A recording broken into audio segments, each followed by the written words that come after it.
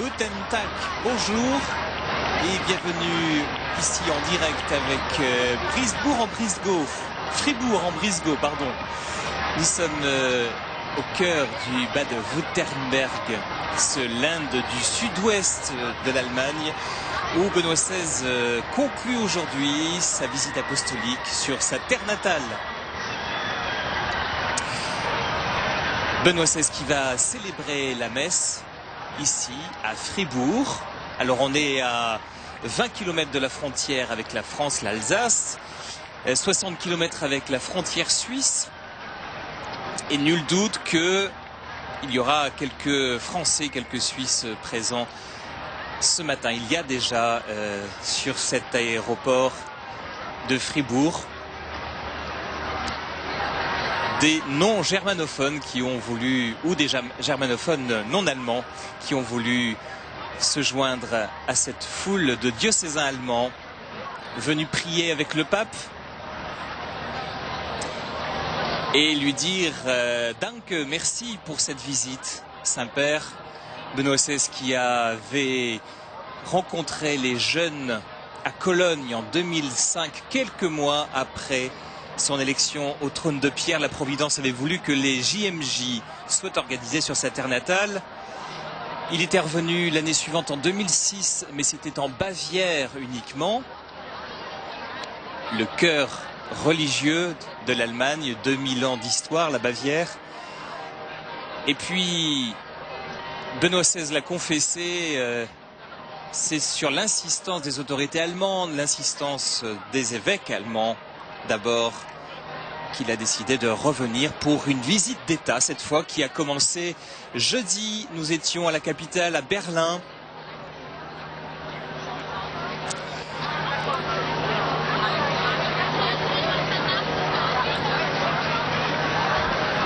Et nous avons Philippine de Saint-Pierre. Bonjour Philippine. Bonjour Arnaud, bonjour à tous. Alors nous étions en train de passer un petit peu en revue l'album souvenir déjà de cette visite, avec une rencontre importante jeudi de Benoît XVI avec les parlementaires du Bundestag, où il a livré une leçon de philosophie politique. Oui, c'est l'un des grands textes, comme on s'y attendait, du reste, l'un des grands textes du pontificat, dans la filiation de celui de Ratisbonne ou de celui du Parlement de Westminster, ou même pour les Français de celui du Collège des Bernardins.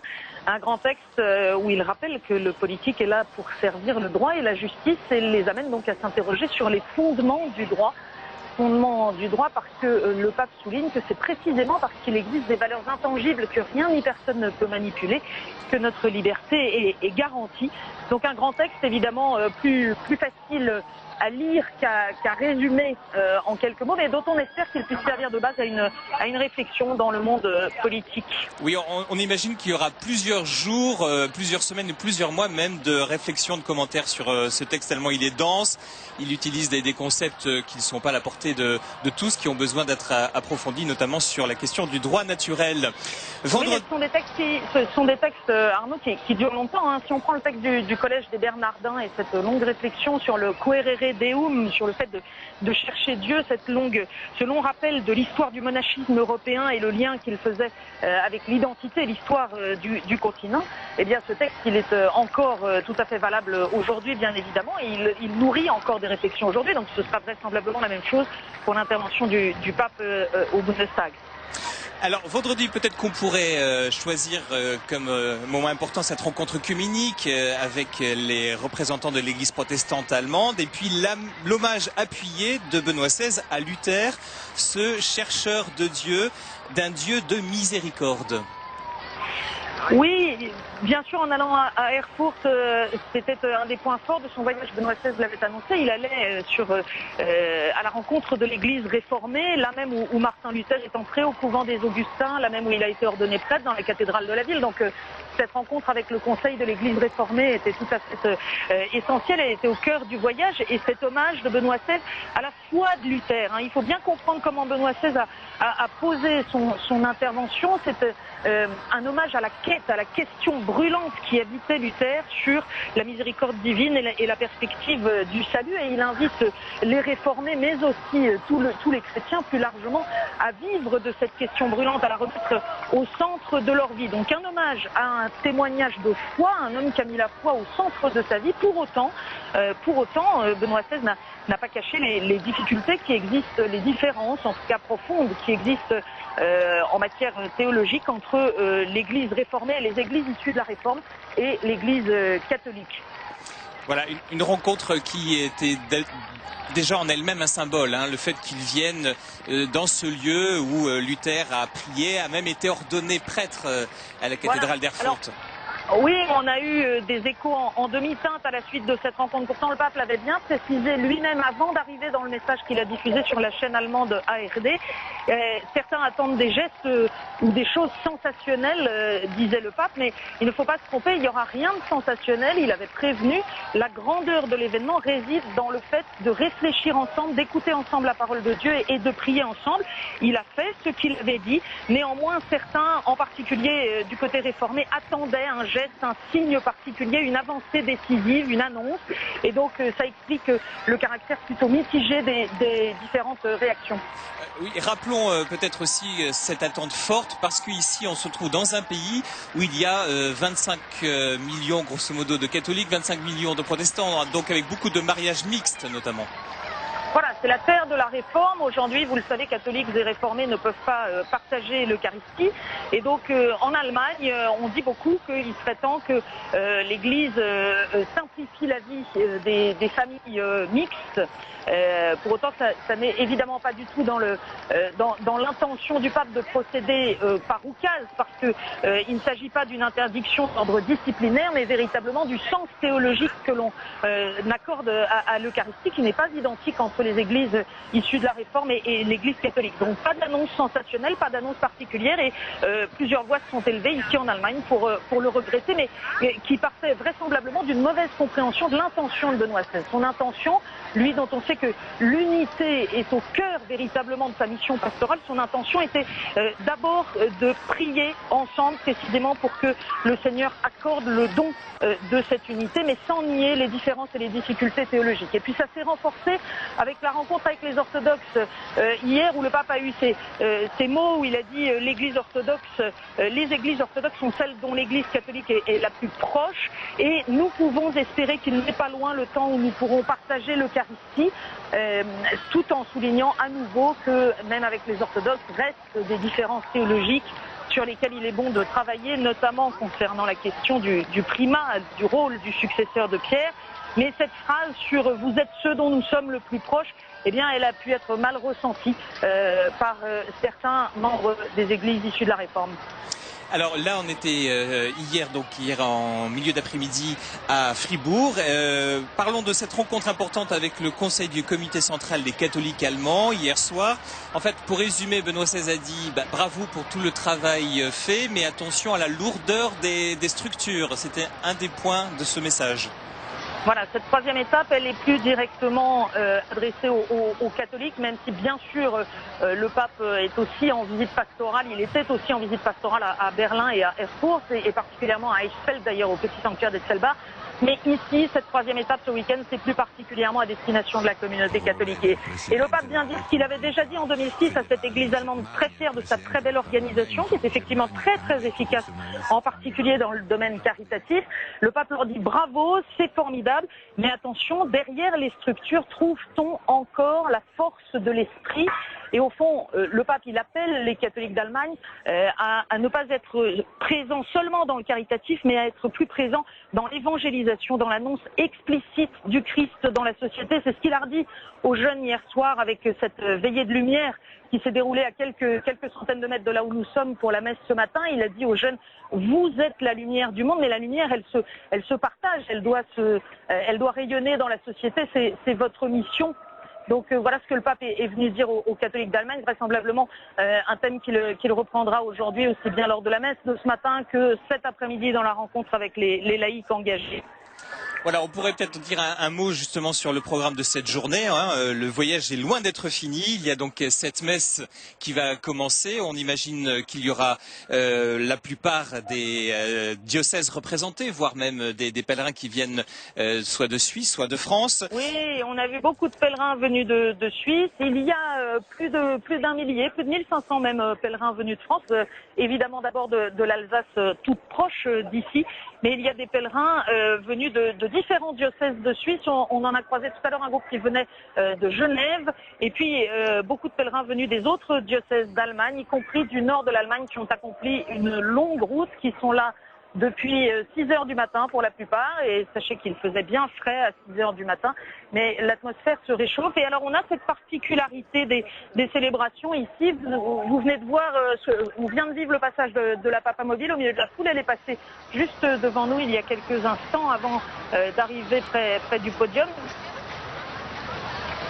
Extravertie, on ne crie pas, on ne hurle pas ou très peu, et c'est le fait des beaucoup plus jeunes. Ici, les gens sont véritablement recueillis, ils sont venus pour prier, toujours dans cette atmosphère très détendue, très familiale, très posée. Il y a beaucoup de familles avec des petits-enfants, et puis les jeunes qui étaient hier soir à la veillée avec le pape, qui ont traversé la route pour rejoindre la messe ce matin. Un mot sur la rencontre. Ce midi, le pape va déjeuner avec les évêques allemands. Il n'a pas prévu au cours de ce voyage de rencontre particulière avec les évêques parce qu'il les connaît bien. C'est un petit peu ça le message. Alors oui, d'abord ce qu'il faut dire, c'est que le pape dit tout de même au cours de ces 4 jours, un voyage qui est véritablement un marathon pour n'importe qui, et pour un homme de 84 ans, c'est un programme ahurissant qu'il vient d'accomplir à 80% déjà, même si nous ne sommes pas encore à la fin, avec de très nombreux rendez-vous. Donc ce qui a été privilégié, ce sont les messes dans les 3 étapes, et puis les rencontres avec les forces vives de l'Église. Hier après-midi, une rencontre à bâton rompu avec les séminaristes, ce grand conseil des associations, cet après-midi les laïcs engagés. Les évêques, de fait, Benoît XVI les connaît bien, il a l'occasion de les rencontrer, et donc il n'y a pas de rencontre formelle en dehors de ce déjeuner, parce que son message à l'Église allemande, eh bien, il ne s'adresse pas spécifiquement aux évêques, mais il s'adresse à toutes les composantes de cette église, aux forces vives sur le terrain. Et parmi les forces vives, on notera donc cette rencontre avec les juges de la Cour constitutionnelle fédérale dans l'amphithéâtre du séminaire à Fribourg. Ce sera cet après-midi, et à 17h, comme le rappelait Philippine, avec les catholiques engagés dans l'église et la société.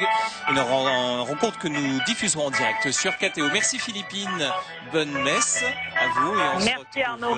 Tout à l'heure pour la suite de la couverture. Vous êtes envoyé spécial de KTO dans la suite du pape pour cette 3e visite de Benoît XVI sur sa terre natale, alors que commence maintenant la messe qui est célébrée et présidée par Benoît XVI ici à Fribourg en Brisgau, à l'aérodrome de Fribourg.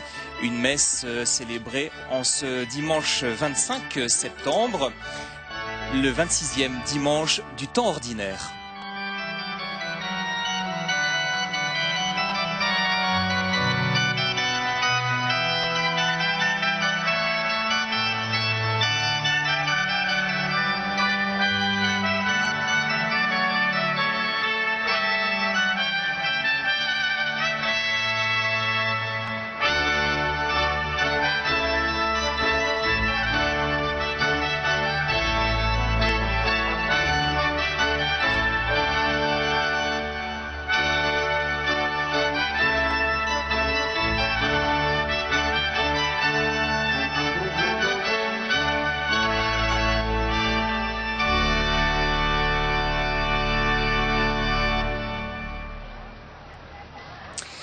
Alors on peut apercevoir la devise de ce voyage qui dit « Où est Dieu, là se trouve l'avenir ».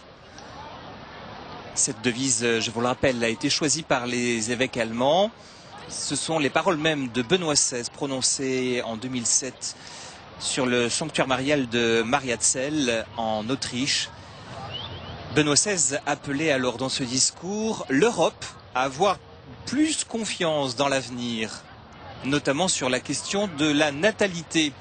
Benoît XVI avait dit: si l'Europe ne laisse plus le visage de Dieu resplendir sur son sol, alors les forces du cœur humain et de la raison illuminées par l'amour s'éteindront. Où est Dieu? Là se trouve l'avenir, avait conclu le pape.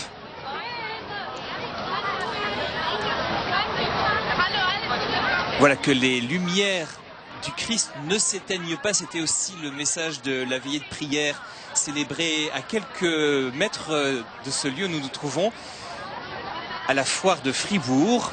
Une veillée de prière avec des dizaines de milliers de jeunes qui, pendant l'après-midi, ont attendu de manière festive le pape et puis ont prolongé l'après-midi, le début de soirée, avec Benoît XVI autour de différents témoins de la foi. Les jeunes ont mis en avant hier soir, comme premier témoin de la foi, la Vierge Marie pour sa disponibilité. Ils ont évoqué aussi la figure d'Ignace de Loyola qui s'est engagé pour la dignité de l'homme. Des servants d'hôtel ont témoigné de leur mission auprès de l'hôtel qui doit refléter aussi leur engagement et leur mission dans leur vie quotidienne. D'ailleurs, on est frappé en Allemagne de voir beaucoup de jeunes filles parmi les servantes d'hôtel. C'est une particularité, l'une des particularités de ce pays. Ils ont évoqué aussi la figure de Saint Georges qui a défendu une ville contre le danger et les assauts d'un dragon. Ils ont évoqué aussi la figure du cardinal Kardjin, ce prêtre belge qui a fondé la JOC, la Jeunesse ouvrière chrétienne, qui avait comme devise, eh bien, tout travailleur vaut plus que tout l'or du monde. Un jeune travailleur vaut plus que tout l'or du monde. La figure de Jean-Baptiste a été évoquée aussi, et celle de l'abbé Kolping, qui a fondé au XIXe siècle un mouvement pour soutenir les jeunes qui étaient victimes des changements dus à la révolution industrielle.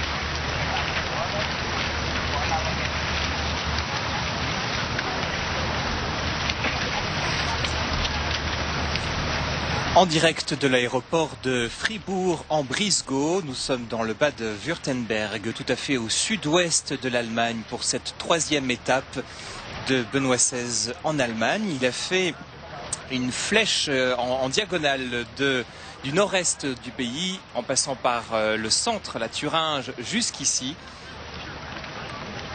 Trois régions, trois Landes visitées par Benoît XVI et qui culminent avec la célébration de cette messe du 26e dimanche du temps ordinaire.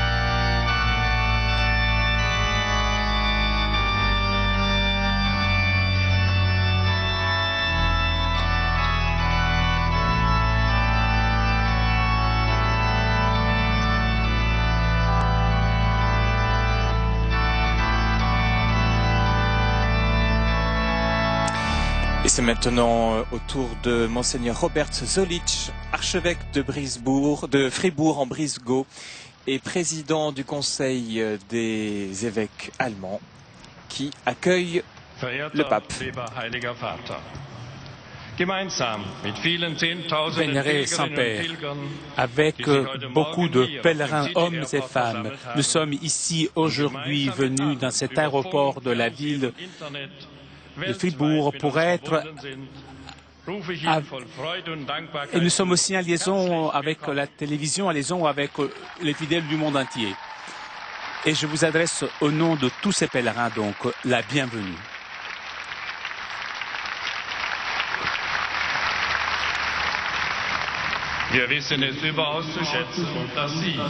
Nous savons apprécier que vous êtes venus ici chez nous pour célébrer avec nous cette sainte messe. Depuis très longtemps, nous avons attendu ce moment. Et ce rendez-vous est très important pour nous. Et cela est démontré du fait que beaucoup de pèlerins sont partis la nuit dernière ou à l'aube en faisant un très long voyage pour arriver jusqu'ici. Et je voudrais saluer aussi donc tous ces pèlerins qui ont fait un si long voyage.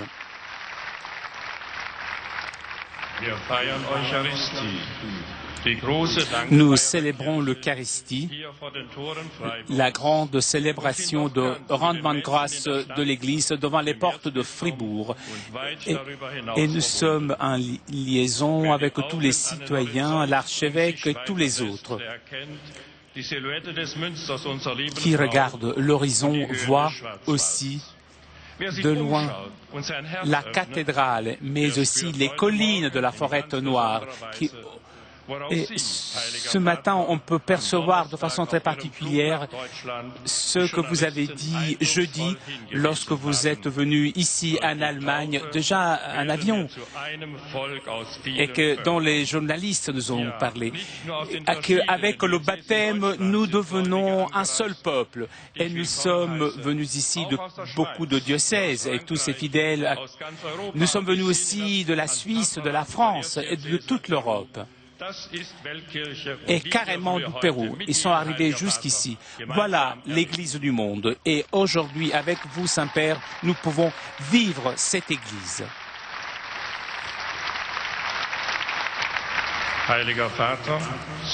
Saint-Père, vous venez chez nous comme l'homme de Dieu qui nous montre le chemin. Avec votre voyage apostolique, vous nous dites que là où il y a Dieu, il y a l'avenir, que c'est lui qui est décisif pour nous et que donne un sens à notre vie. Seulement si nous faisons rentrer Dieu dans le monde de la terre pour être illuminé, et le monde peut devenir un monde plus humain. Voilà pourquoi nous, les chrétiens, nous savons combien il est important la Caritas en Allemagne, qui a donné son impulsion à Fribourg, et ce qui a fait grande cette ville. Ce n'est pas un hasard que Fribourg soit... On parle de Fribourg comme de la capitale de la Caritas. Caritas ne veut pas dire seulement amour ou solidarité envers le prochain. Caritas veut dire aussi quelles sont les valeurs fondamentales qui naissent de la foi dans le Christ et qui peuvent vivre à l'intérieur de notre société. Parce que c'est ici que nous, chrétiens, nous créons des valeurs fondamentales pour notre cohabitation. Mais celui qui ne connaît pas Dieu pourra peut-être avoir des espérances, mais finalement, il n'a pas cette grande espérance qui donne la confiance dans toute la vie. Cette véritable espérance qui soutient l'homme. Et cette espérance peut être seulement Dieu. Dieu qui nous accompagne jusqu'au bout et qui nous aime pendant toute notre vie. Avec ces paroles, vous, Saint-Père, vous témoignez pour chacun de l'espérance que Dieu le même, avec sa visite dans votre patrie et avec votre visite à Fribourg, vous nous renforcez dans la foi, vous nous encouragez de nous confier complètement à Dieu et de donner l'espérance qu'il nous donne aussi aux autres. Là où il y a l'amour de Dieu, là où son amour arrive jusqu'à nous, là, l'avenir est déjà présent. C'est là que commence déjà le royaume de Dieu. Le royaume de Dieu peut commencer déjà entre nous. Témoignons donc avec joie que la foi nous rend libres et joyeux. Donc, dans l'Eucharistie, nous pouvons célébrer l'amour de Dieu et de cette force participer à cette civilisation de l'amour, en Allemagne et dans l'Europe. Nous vous remercions, Saint-Père, d'être venu ici chez nous pour célébrer avec nous cette sainte messe. Je voudrais laisser encore une bienvenue très chaleureuse. Le long mot d'accueil et chaleureux de Monseigneur Robert Zollitsch, qui est l'archevêque de Fribourg-en-Brisgau et le président de la conférence des évêques allemands. C'est un ami proche de Benoît XVI. Eucharistie feiern wir den Tod und die Auferstehung unseres Herrn Jesus Christus als Geheimnis der Erlösung und zentrale Mitte unseres Glaubens. Wir sind nun eingeladen, in Andacht teilzunehmen, mitzufeiern und alles Nous sommes donc invités à célébrer ensemble l'Eucharistie. Et donc, comme d'habitude, on invite les fidèles à ne pas déranger la cérémonie. durch Beifallsbekundungen zu unterbrechen.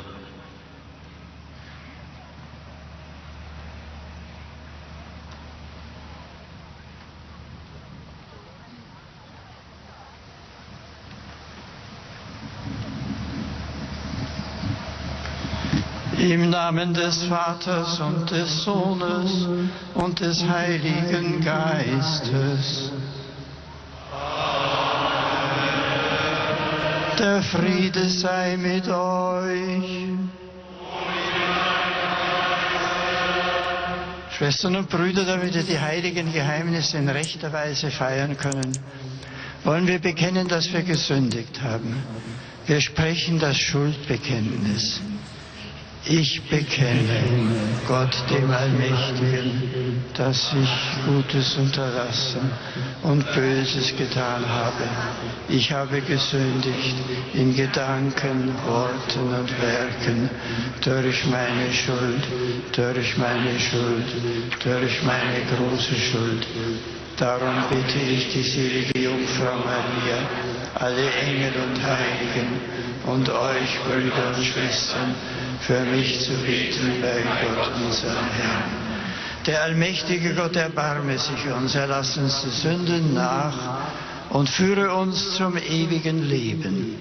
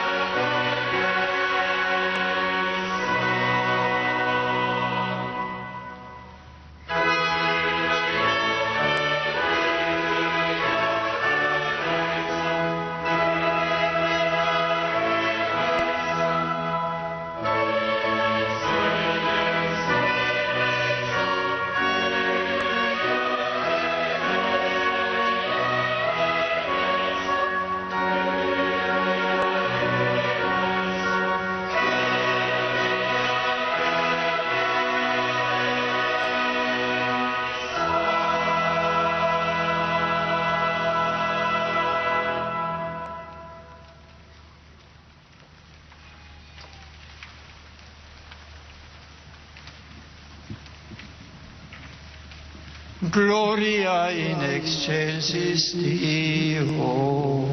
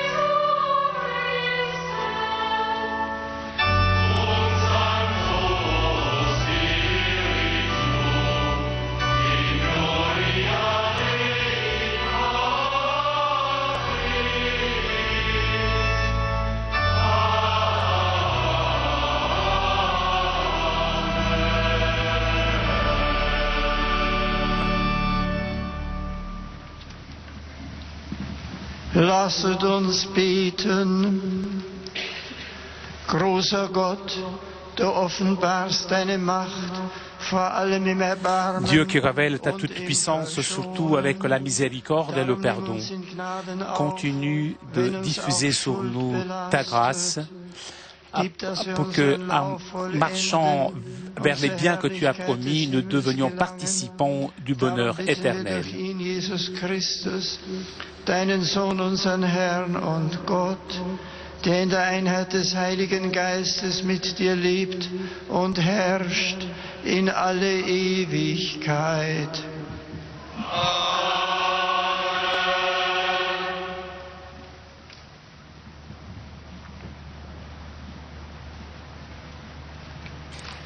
Lecture du livre d'Ézéchiel au chapitre 18.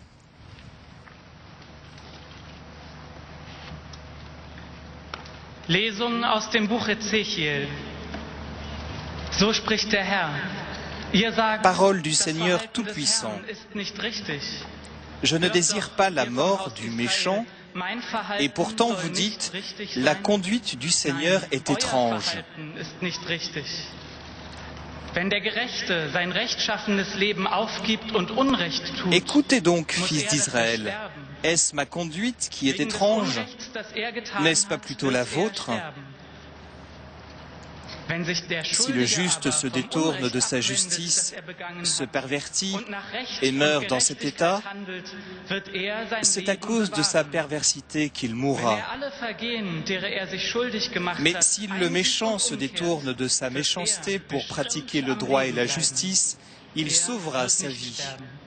Parce qu'il a ouvert les yeux, Wort des lebendigen parce qu'il Gottes. s'est détourné de ses fautes, il ne mourra pas, il vivra.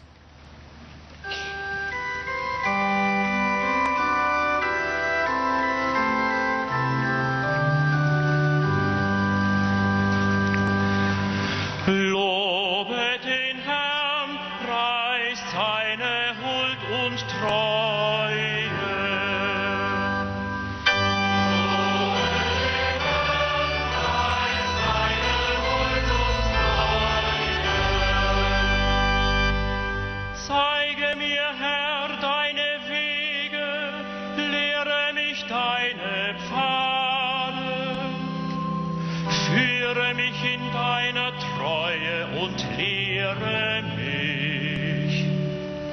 Denn du bist der Gott meines Heiles. Auf dich hoffe ich alle Tage.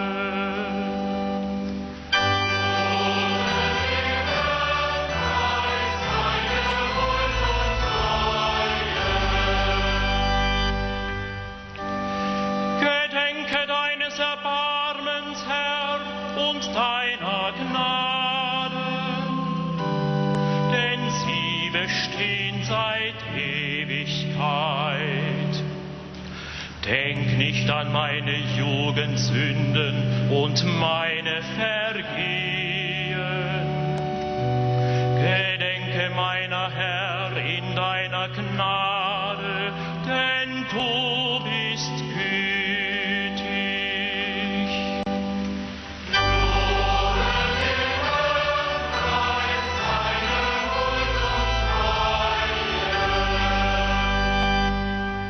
Gut und gerecht ist der Herr, auf den Weg weist er die Sünder.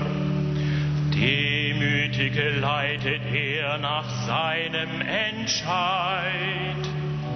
Er lehrt seinen Weg die Gebeugten.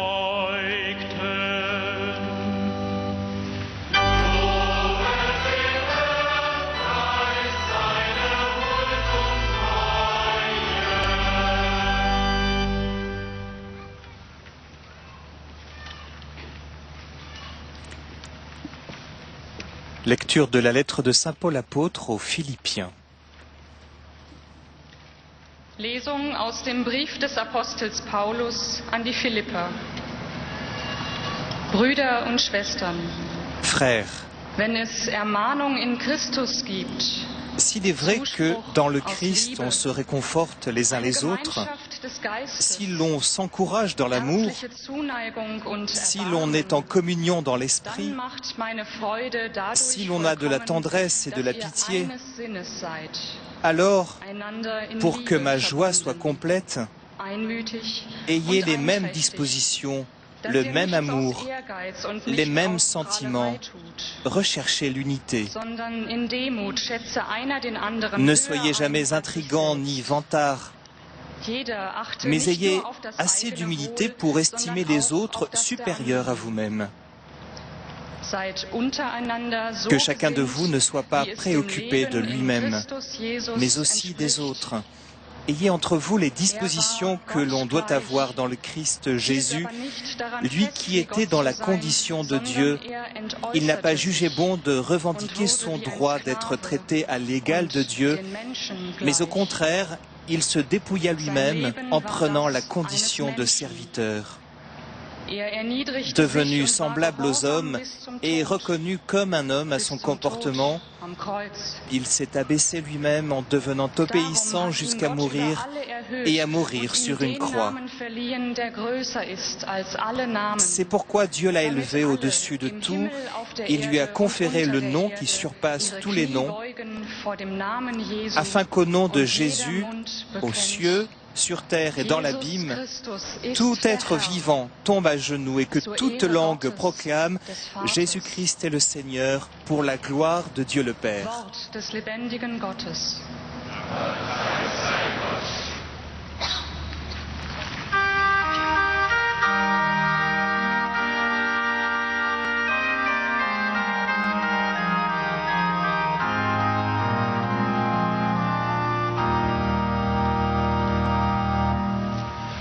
Halleluja, Halleluja, Halleluja.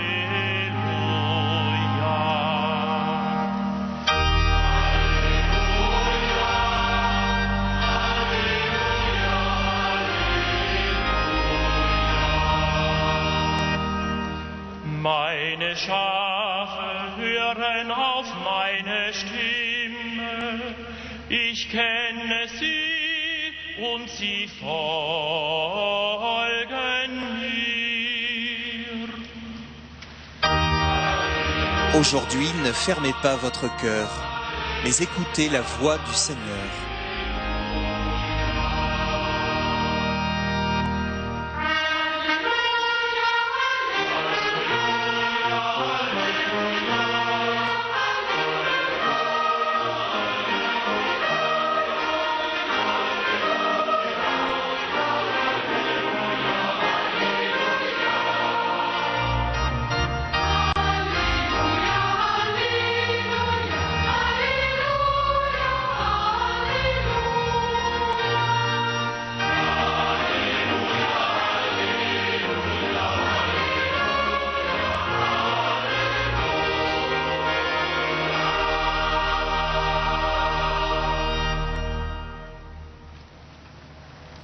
Évangile de Jésus-Christ selon saint Matthieu.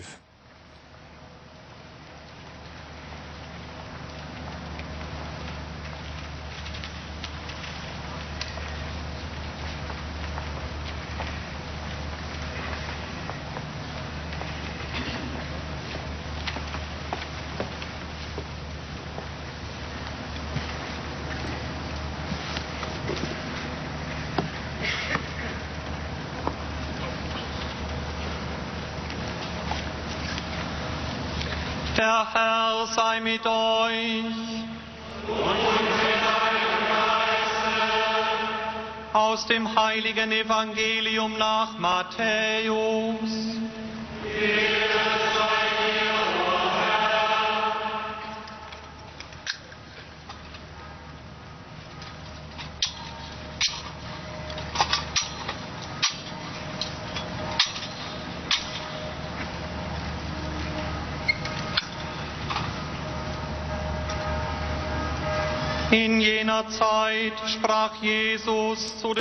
Jésus disait aux chefs des prêtres et aux anciens: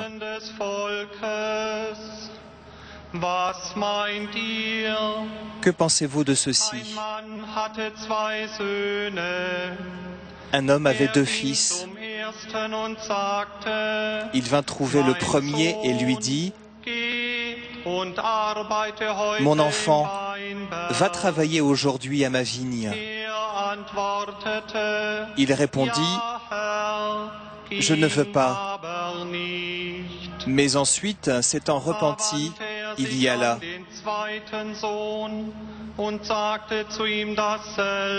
Abordant le second, le père lui dit la même chose. Celui-ci répondit: Oui, Seigneur, et il n'y alla pas. Lequel des deux a fait la volonté du Père? Ils lui répondent: Le premier.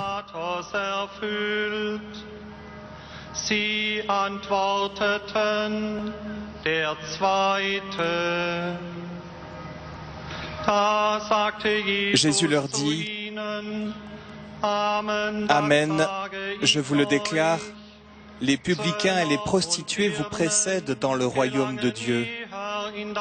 Car Jean-Baptiste est venu à vous, vivant selon la justice, et vous n'avez pas cru à sa parole, tandis que les publicains et les prostituées y ont cru. Mais vous, même après avoir vu cela, vous ne vous êtes pas repentis pour croire à sa parole. Ihr habt es gesehen, und doch habt ihr nicht bereut und ihm nicht geglaubt. Evangelium unseres Herrn Jesus Christus. Lob sei dir, Christus.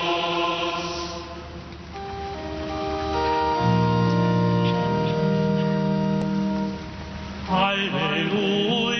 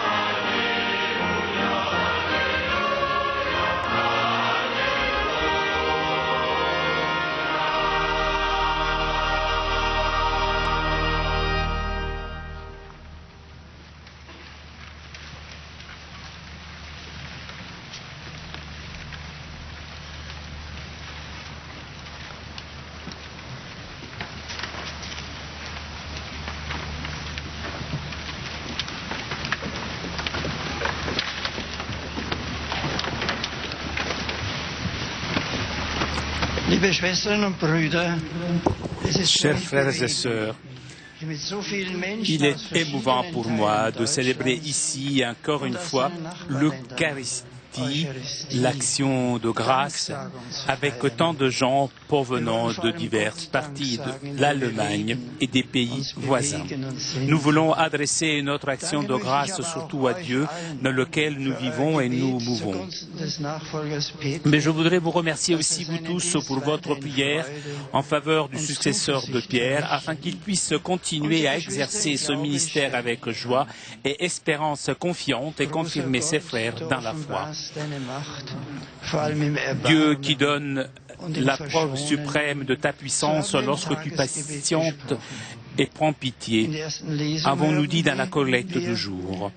Dans la première lecture, nous avons entendu comment Dieu, dans l'histoire d'Israël, a manifesté la puissance de sa miséricorde. L'expérience de l'exil babylonien avait fait tomber le peuple dans une crise de la foi. Pourquoi ce malheur était-il survenu? Peut-être que Dieu n'était pas vraiment puissant. Il y a des théologiens qui, face à toutes les choses terribles qui surviennent aujourd'hui dans le monde, disent que Dieu ne peut pas être tout-puissant. Face à cela, nous professons Dieu, le Tout-Puissant, le Créateur du ciel et de la terre. Nous sommes heureux et reconnaissants qu'il soit tout-puissant, mais nous devons, en même temps, nous rendre compte qu'il exerce sa puissance de manière différente de ce que les hommes ont l'habitude de faire. Lui-même a mis une limite à son pouvoir en reconnaissant la liberté de ses créatures. Nous sommes heureux et reconnaissants pour le don de la liberté. Toutefois, lorsque nous voyons les choses terribles qui arrivent à cause d'elles, nous nous effrayons. Faisons confiance à Dieu, dont la puissance se manifeste surtout dans la miséricorde et dans le pardon. Et nous en sommes certains, chers fidèles. Dieu désire le salut de son peuple. Il veut notre salut, toujours et surtout, et en temps de péril et de changement radical, il nous est proche. Son cœur se meut pour nous, il se penche sur nous. Pour que la puissance de sa miséricorde puisse toucher nos cœurs, il faut s'ouvrir à lui. Il faut être prêt à abandonner le mal, à sortir de l'indifférence et à donner un espace à sa parole. Dieu respecte notre liberté, il ne nous contraint pas.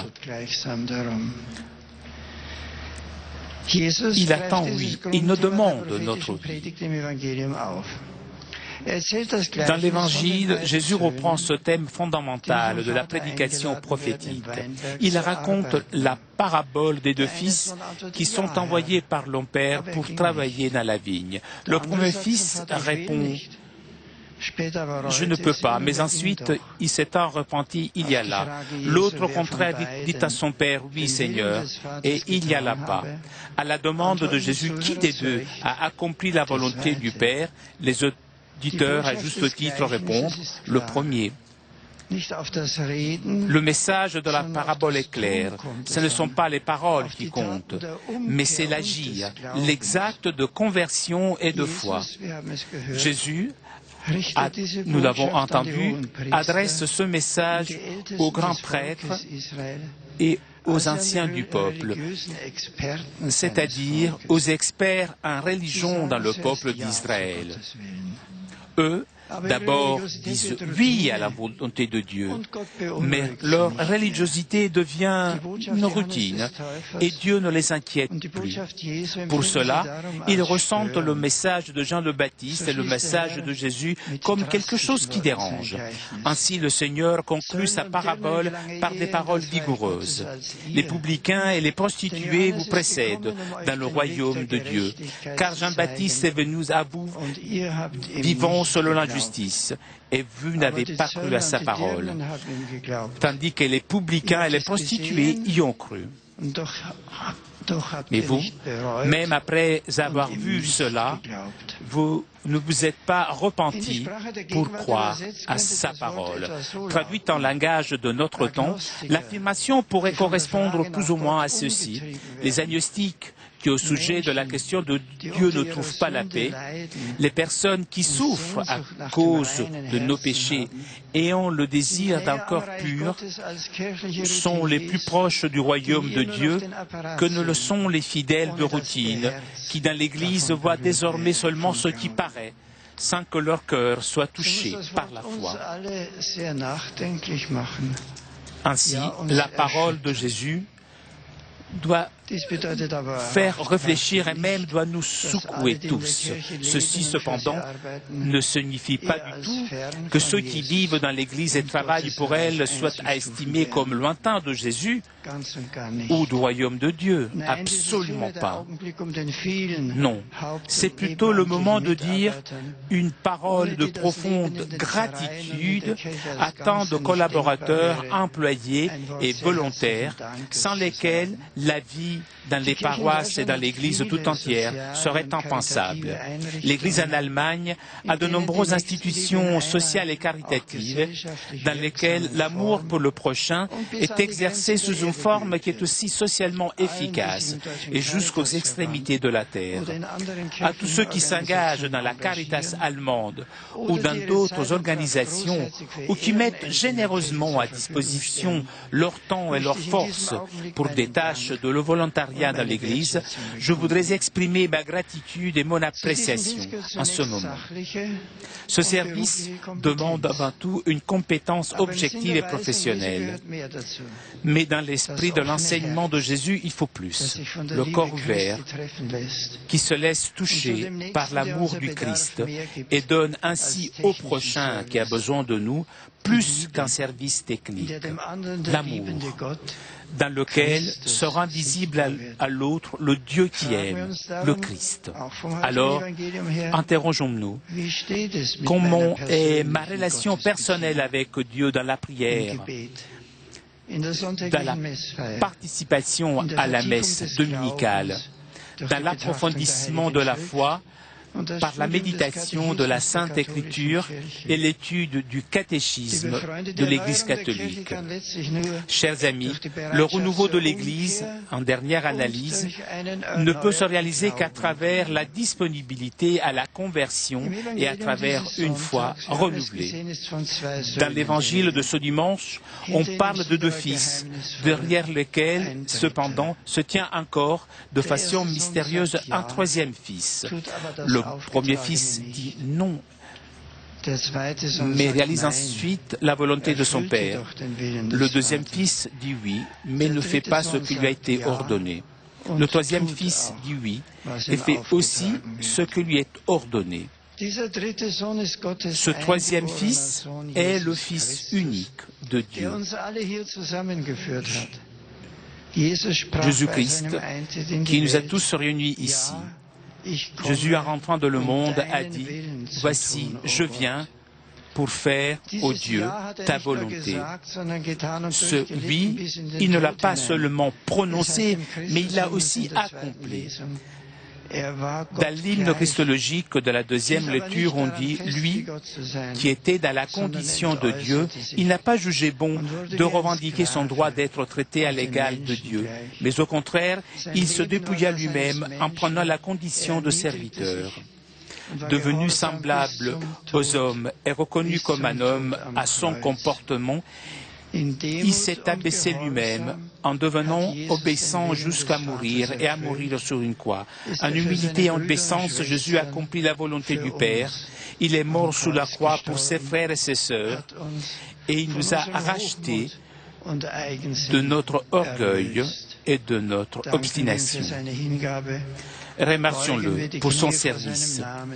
Fléchissons les genoux devant son nom en proclamant ensemble avec les disciples de la première génération « Jésus-Christ est le Seigneur, pour la gloire de Dieu le Père ». La vie chrétienne doit se mesurez continuellement sur le Christ. Ayez entre vous les dispositions que l'on doit avoir dans le Christ Jésus, écrit Saint Paul, dans l'introduction à l'hymne christologique. Quelques versets avant, il exhorte.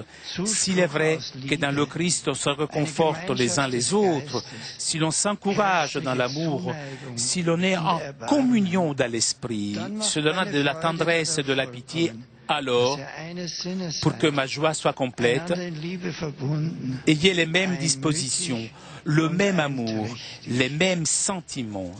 Recherchez l'unité. Comme le Christ était totalement uni au Père et lui obéissant, ainsi ses disciples doivent obéir à Dieu et avoir les mêmes dispositions entre eux. Chers amis, avec Paul, j'ose vous exhorter, rendez ma joie complète en étant solidement unis dans le Christ. L'Église en Allemagne surmontera les grands défis du présent et de l'avenir et demeurera un levain dans la société si les prêtres, les personnes consacrées et les laïcs croyant dans le Christ, en fidélité à leur vocation spécifique, collaborent dans l'unité. Si les paroisses, les communautés et les mouvements se soutiennent et s'enrichissent mutuellement, si les baptisés et les confirmés, en union avec l'évêque, tiennent haut le flambeau d'une foi inaltérée et laissent illuminer par elle leurs riches connaissances et capacités, l'Église en Allemagne continuera d'être une bénédiction pour la communauté catholique mondiale, si elle demeure fidèlement unie aux successeurs de Saint Pierre et des apôtres, si elle soigne de multiples manières la collaboration à les pays de mission et se laisse aussi gagner en cela par la joie dans la foi des jeunes églises. À l'exhortation à l'unité, Paul joint l'appel à l'humilité. Ne soyez jamais ingrats ni vantards, mais ayez assez d'humilité pour estimer les autres supérieurs à vous-même. Que chacun de vous ne soit pas préoccupé de lui-même, mais aussi des autres. L'existence chrétienne est une pro-existence. Un être pour l'autre, un engagement humble pour le prochain et pour le bien commun. Chers fidèles, l'humilité est une vertu qui aujourd'hui ne jouit pas d'une grande estime. Mais les disciples du Seigneur savent que cette vertu est, pour ainsi dire, l'huile qui rend fécond les processus de dialogue, facile la collaboration et cordiale l'humilité. Humilitas, le mot latin pour humilité, a quelque chose à voir avec humus, c'est-à-dire avec l'adhérence à la terre, à la réalité. Les personnes humbles ont les deux pieds sur la terre, mais surtout ils écoutent le Christ, la parole de Dieu, qui renouvelle sans arrêt l'Église et chacun de ses membres. Demandons à Dieu le courage et l'humilité de cheminer sur la route de la foi, de puiser à la richesse de sa miséricorde et de tenir fixé notre regard sur le Christ. La parole qui fait toutes choses nouvelles, qui pour nous est le chemin, la vérité, la vie, qui est notre avenir.